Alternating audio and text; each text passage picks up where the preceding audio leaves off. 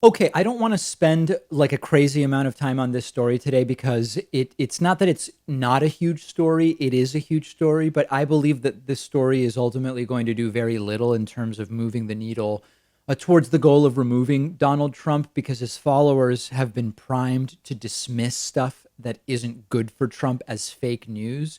But it is an important story, so let's discuss it a little bit, and maybe later in the week we'll have more information about it. Over the weekend, news reports came out that Russia was offering bounties, and that means it's like a cash bonus, right?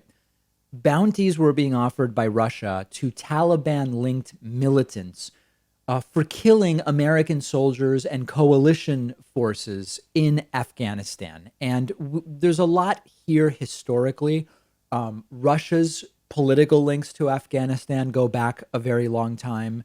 Both Democrats and Republicans in the United States have had any number of abortive ventures into dealing with Afghanistan from a geopolitical standpoint.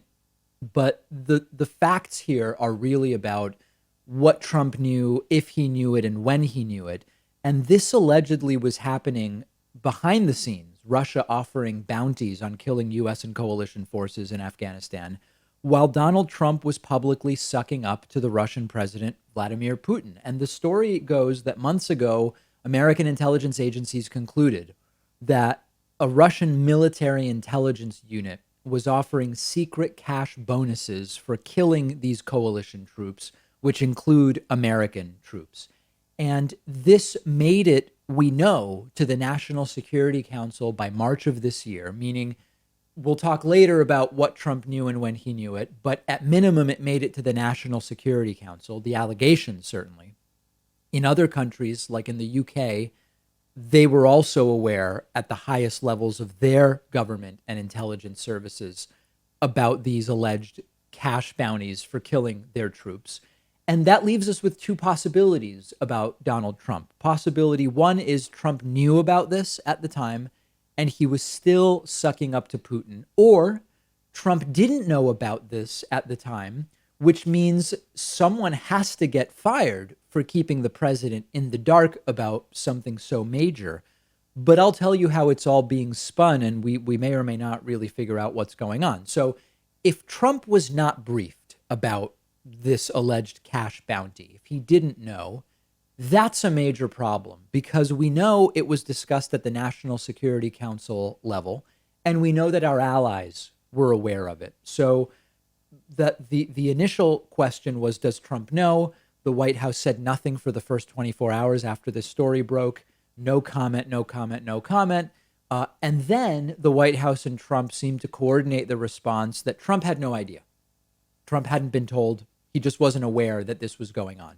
But again, Trump always has to go a little bit further, and Trump starts to imply he wasn't told because it's fake news, which is just absolutely perfect for his supporters who have been primed to believe exactly this. Donald Trump tweeting, quote, "Nobody briefed or told me, Vice President Pence, or Chief of Staff Mark Meadows about the so-called attacks on our troops in Afghanistan by Russians, as reported through an anonymous source by the fake news New York Times." So understand that first, Trump is misstating the story. The story is about Russian bounties, if indeed troops are killed. It's not necessarily a story about Russian attacks, although there could have been some. He again brings up the anonymous source thing as reason to think that it's all fake news. He goes on to say, everybody is denying it, and there have not been many attacks on us. Nobody's been tougher on Russia than the Trump administration with corrupt Joe Biden and Obama. Russia had a field day taking over important parts of Ukraine. Where's Hunter?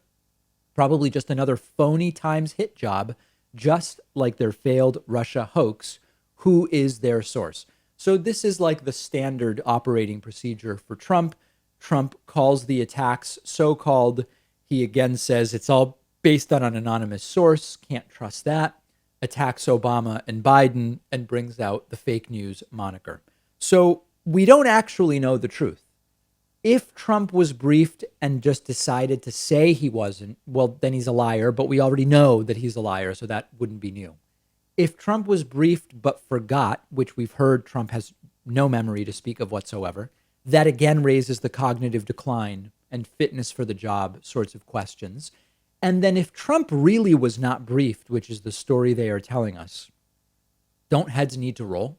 Don't people need to be fired for not briefing the president about this?